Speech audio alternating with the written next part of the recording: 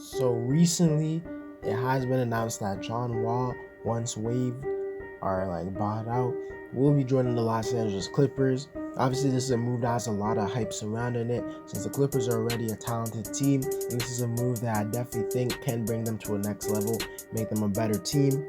So this has led me to make this video where I'll be discussing what I think this move means for the Clippers going into next season. But before we get into the video, I ask you to drop a like on this video, as it does help my channel grow. Subscribe to my channel if you want daily NBA content, if you want to see more off-season videos like this.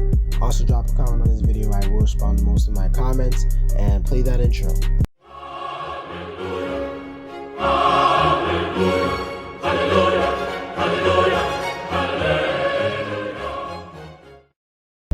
With the Clippers adding John Wall to their roster, there's a lot of positives that come out of adding a player of John Wall's caliber. In my opinion, the biggest thing Wall is going to bring to this team is the fact that he's actually a legitimate playmaker. He's not a guy like Kawhi Leonard or Paul George, or guys who can make plays out of the attention they get, and they're above average playmakers, but John Wall is just at the next level. People forget that he led the league in assists for a couple of years. He's still a top 10 passer in the league. He used to be a top 10 playmaker. We're going to have to see if he's still at that level. But regardless, he's easily the best passer on his team already. He's going to make Paul George and Kawhi Leonard's job a lot easier. Because you realize something about the Clippers in past seasons, a lot of Paul George and Kawhi Leonard's buckets had to come out of the isolation. The Clippers really depended on those two guys to hit some tough shots. And obviously those guys are phenomenal talents, top 15 players in the league. They're able to hit those shots at a solid enough level. It's just that if you can get those guys some easier shots, it's always better, because when the playoffs comes, relying on ISO ball is not that good. Because when you look at the Warriors, they won the finals because they didn't rely on Steph Curry, just ISO in every paint. They made him move around, get easier shots. And then when it came to Boston, they were dependent on Jaylen Brown and Jason Tatum to hit some crazy shots. So that's how the Warriors won the series. So John Wall could be the difference between the Clippers being a team like the Celtics or a team like the Warriors. Also, we can't act like John Wall is just Rajon Rondo. He's a guy who can actually score the ball. He's not just going to be standing there passing the ball.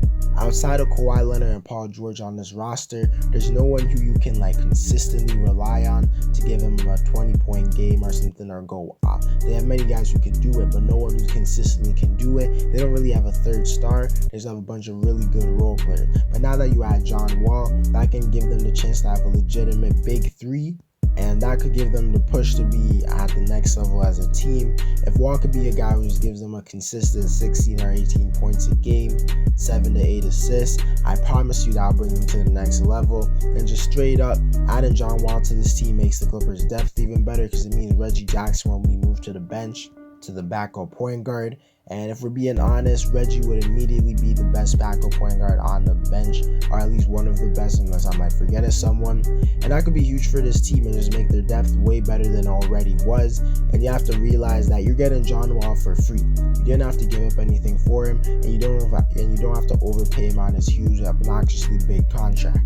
Because when people were discussing John Wall getting traded to other teams, most people assumed that the team would have to take on his big contract.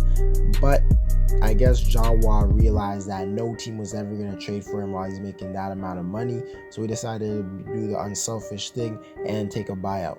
So when he joins the Clippers, he's probably going to sign at most $5 million. And that's just absolutely great. Because even if this somehow doesn't work and John Wall doesn't play great, you're not going to feel bad, because you didn't give up any significant assets or any assets at all. And you're not overpaying him. So if he doesn't work out, you can waive him or just put him on the bench. And if I'm being honest, so far in this video, I'm making it seem like John Wall on the Clippers, there's no way it could fail. But it could very well not do as great as we think. First of all, we all know John Wall is a top 5 player in the league when it comes to getting injured. Seems like he's never healthy, and yes, he's healthy right now, but we've seen so much times he looks like he's healthy, he looks like he's ready to help out his team, but he's just not able to stay healthy. But we saw that with Houston last year, and we saw it in his last few years at Washington. If Wall is healthy, obviously it's not going to be, if John Wall isn't healthy, it's not going to be a big deal, because it's not like the Clippers gave up anything for him or paying him a bunch of money. But obviously you would just rather that not happen, because you could help your team out. You You also have Paul George and Kawhi Leonard, who are also some of the guys who always get injured. So if Paul George or Kawhi gets injured, you would hope that John Wall could be like that third guy to like step up, keep you afloat. But if John Wall's also injured, that's just not good. Also, when it comes to John Wall's play style, in the past, he's been really ball dominant. He's been a guy who loves to shoot way too much, even when he shouldn't. When he was on the Wizards, Bradley Beal probably should have been the guy taking most of the shots on the team because he was the best scorer, the most efficient scorer. But John Wall took more shots than him. Wall is very ball dominant. He loves to dribble the ball crazy like he's a guy like Chris Paul. But at this point in his career, he's not at that level, so he honestly shouldn't be like dribbling it that much. And he has Kawhi Leonard and Paul George on his team, so he just shouldn't be dribbling that much. Even Chris Paul wouldn't dribble that much.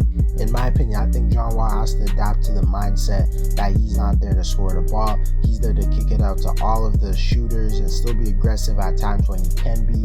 If Wall could do this with his pairing, they could be absolutely fantastic. But I will acknowledge the fact that the chemistry might not be perfect because he's not an easy point guard to play with. I would talk about Wall's ability to not shoot the three at a good level and like not be efficient, and basically talk about the floor spacing. But obviously that's not great because he's not a great shooter. But I don't think it's going to be like that big of a deal because the Clippers were like the best team in the league last year when it came to 3-point percentage, or one of the best. Just look at the roster, they have so much 3-point shooters. So I think John Wall's inability to shoot isn't going to hold them as much as most people think. Also, you would just hope that John Wall improved his shooting at least a bit because he's been out for so long.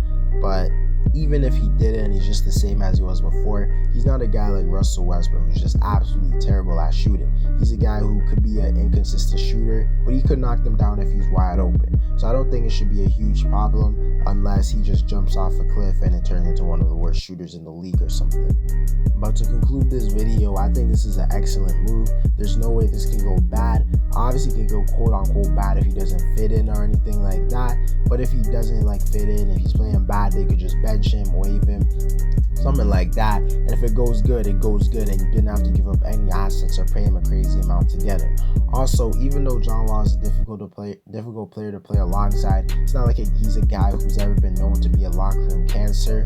Everyone played with him, loved him as a player, so we don't really have to worry about that like we would with some other players. And honestly, I think this move will work out for the Clippers. I don't think we're going to see prime John Wall or anything like that, but I think he will help them become a better team. I think he's going to be a good facilitator. I think he's going to put pressure on the defense and go off in certain games when they need it. I really don't think this move is going to backfire on them, and I don't know if there's a chance that it blows in their face. Anyways, guys, that's it for the video. Let me know whether or not you think this is a good move. Drop a like on this video, help the channel grow. Subscribe to my channel if you want daily NBA content. Also, if you want to go over 3,000 subscribers, also drop a comment on the video. I do respond to all of my comments, and please that intro.